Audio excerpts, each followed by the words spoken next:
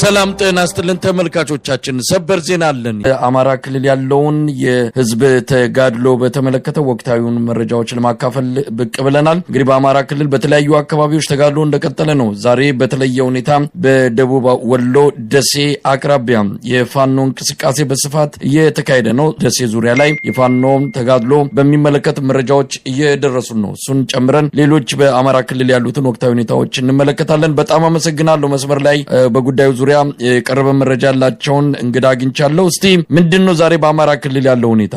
እንግዲህ ወሎ ላይ ያለውን እንመልከት። ዛሬ ትልቁ በሰፊው የተነሳ ያለው ወሎ ያለው ጉዳይ ነው። ወሎ በጣም ቀዝቃዛ የሆነ እንቅስቃሴ ነበር፣ አሁን ግን ተጋግሏል። ደሴ ባሩዱ እየሸተታት ነው። እስቲ ምንድነው ያለው? እሱ በጣም የሚገርም ነገር ነው። ፋኖ ትግል ከመቼውም በላይ ያስደነቀን ያስደመመን ነገር እንዴት እየተናበቡ እንደሚሰሩ የሚገርም ነው እና ደሴና ኮምቦልቻ በዛሬው ዕለት በከፍተኛ ውጥረት ላይ ነው ያለ። የፋኖ አመራሮች ለደሴና ለኮምቦልቻ ህዝብ ጥሪ እያቀረቡ ያለበት ነው። ምንድነው? ከላይ ከሰሜን ወሎ ብንነሳ ራያና ቆቦ ላይ የደፈጣ ውጊያ እየተደረገ፣ ላቂት ላይ ከፍተኛ ውጊያ እየተደረገ፣ ቲራ በአሁኑ ሰዓት በፋኖ እጅ የወደቀችበት ነው። አምባሰልና ወገን ጤና አካባቢ ላይ ከፍተኛ ተጋድሎ እየተካሄደ፣ ደለንታ ፀሐይ መውጫ ላይ የምስራቅ ፋኖ ተቆጣጥሮታል። በአሁኑ ሰዓት እንግዲህ ወገን ጤና ደግሞ ሙሉ ለሙሉ በፋኖ እጅ ወድቋል። ይሄ እንግዲህ በሰሜን ምዕራብ ነው ከደሴ ተነስተን ነገሩን ብናየው። በቀጣይ ደግሞ ስንመለከት ወልዲያ ነው። ከላይ ከሰሜን የሚመጣው ትልቁ መንገድ ወልዲያ ነው። ወልዲያ ዙሪያው በሙሉ በከበባ ውስጥ ሆኖ የከባድ መሳሪያ ውጊያ እየተካሄደ ነው። መርሳ ላይ ፋኖ የበላይነቱን እጁን ይዟል። መርሳ አንዳንድ የሚያደናግሩ ወረቀት አገዛዙ የክርስትናና የእስልምና ጦርነት ለማስመሰል ዛሬ ሲበትን አድሯል። ነገር ግን ህዝቡ ዞር በል ነው ያለው። ከዛ ወጣን ወደ ውጫሌ ነው። ውጫሌ በዛሬው ዕለት የውጫሌውን ነገር ትልቅ ምሳሌ ሊሆን ይችላል። የዛሬ ሳምንት አካባቢ በፋኖ እጅ ወድቆ ነበር። አገዛዙ የከባድ መሳሪያ ሲተኩስ ከተማውን ሲያስጨንቅ የፋኖ አመራሮች የወሰኑት ውሳኔ ወጣ ብለው እንዲቆዩና ሁኔታዎችን አጥንተው እንደገና ነው ውጫሌ በፋኖ እጅ ወደቀው። ከዛ ደግሞ ቀጥለ ወደ ምትሄደው ከውጫሌ ወርደ ወደ ወርጌሳ ነው። ዛሬ ደግሞ ወርጌሳ በፋኖ እጅ ወድቋል። እንዲህ አምባሰል ወደ ላይ ስንሄድ ቅድም እንደተነጋገርነው ከአምባሰል ወደ ውጫሌ የሚወስደው መንገዱን በፋኖ እጅ ነው የወደቀው። የሐይቅ ከተማ ደግሞ ዛሬ እስከ ተወሰነ ሙሉ ለሙሉ ተይዞ ሊሆን ይችላል፣ ግማሹ የሚሆነው በፋኖ እጅ እንደወደቀ ነው። ሐይቅ እንግዲህ መሳይ ከደሴ 27 ኪሎ ሜትር ርቀት ላይ ያለ ነው። ከሐይቅ ደግሞ ወደ ምዕራብ ደቡብ ምዕራብ ያለችው ኩታበር ላይ ውጊያ እየተካሄደ ነበረ። ፋኖ አሁን ወደ አመሻሹ ላይ ከተማዋን እየተቆጣጠረ እንደሆነ ነው። በጣም የሚያስደንቅ ደግሞ ከሱ ከኩታበር ወደ ደቡብ ከደሴ በሰሜን በኩል ያለው በሩ ሜዳ ላይ 13 ኪሎ ሜትር በታች ነው። እንግዲህ ከደሴ የቶክስ ድምጽ እየተሰማ ደሴ ውስጥ ሽብር እየተከባ ነው። ወረባቦን ፋኖ ተቆጣጥሮታል። ወረባቦ ማለት ከጭፍራ የአፋር መስመር ስትራቴጂካል ከሆነችው ቦታ ላይ በቅርብ ርቀት የእግር ጉዞ ርቀት ላይ ያለ ነው። አመጣጡ ምንድነው? ወደ ባቲ መጡ ኮምቦልቻን ቀለበት ውስጥ የማስገባት በሁሉም ነው እና ደሴ በአሁኑ ሰዓት ከፍተኛ ውጥረት ነው።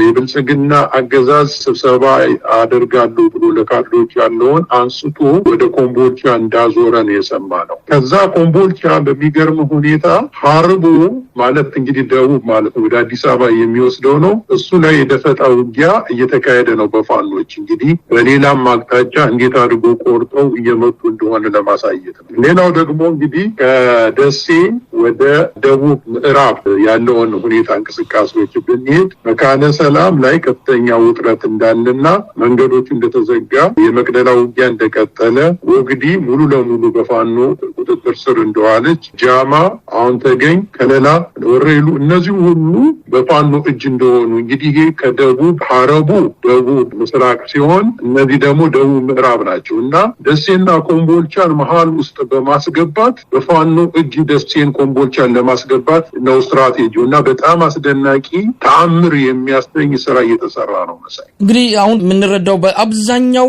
ከተወሰነ ወደ ታች የኦሮሚያ ልዩ ዞን ከሚሴ ከአጣዬ በቀር አብዛኛው የደቡብ ወሎ አካባቢ የፋኖ እንቅስቃሴ በስፋት እንደሚታይ ነው እንግዲህ ከሪፖርቱ መረዳት የሚቻለው። ይሄ ምን ያህል የትግሉን ደረጃ ከፍ ያደርጓል? እንግዲህ ደቡብ ወሎ በተወሰነ ደረጃ የብልጽግና አገዛዝ የሚንቀሳቀስበት ቦታ ነው። አሁን ይሄ ፋኖች እንቅስቃሴ በስፋት የሚከናወንና እንደ ሌሎቹ አካባቢዎች ተጠናክሮ የሚቀጥል ከሆነ አገዛዙ ወደ ሰሜን ኢትዮጵያ የሚኖረው አጠቃላይ ህልውና አደጋ ላይ የሚወድቅበት ይመስለኛልና እንደው ይህ ምንን ያሳያል?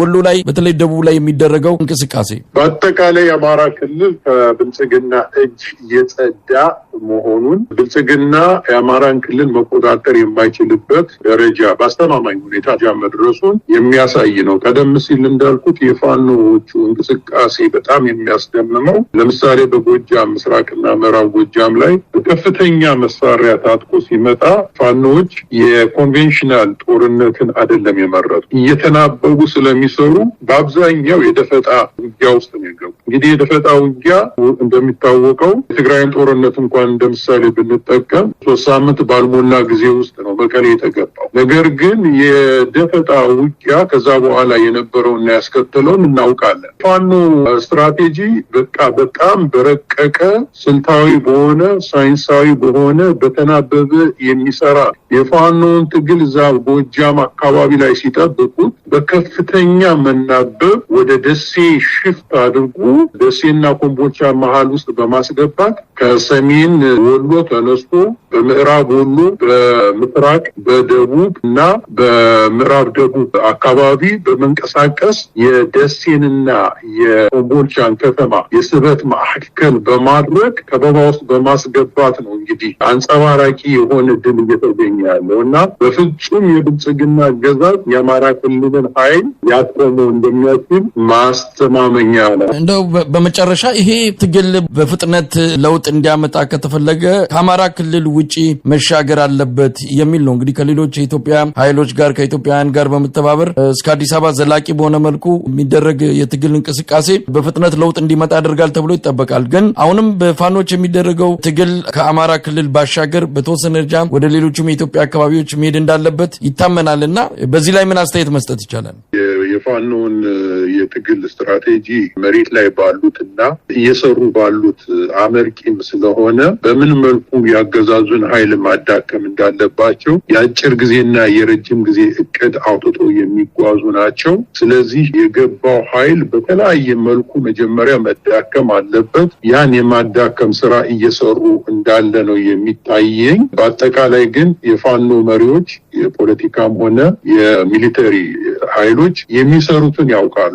አንዳንዶች ቀን ወጥቶ ይፋ ሲደረግ ነው እንግዲህ ማንነታቸው የሚታወቀውና በረቀቀ ስልት እየሄዱ ስለሆነ ያን አካሄድ ለነሱ መተው እኔ ለጋዜጠኞችም ለናንተም ሆነ ለዲያስፖራው ማሳስበው ነገር ምንድነው የነሱን አካሄድ በረቀቀ መንገድ እየሄዱ አመርቂ ውጤት እየተገኘ ስለሆነ ባንክ ታንክ ያዘ ኃይል ጋር ነው የገጠሙት፣ ድሮን ያለው ኃይል ጋር ነው የገጠሙትና የነሱ ስልት የነሱ የሚሄዱበት ጥበብ አመርቂ ነውና ያን መከተሉ ይሻላል ብዬ ነው ማምነው።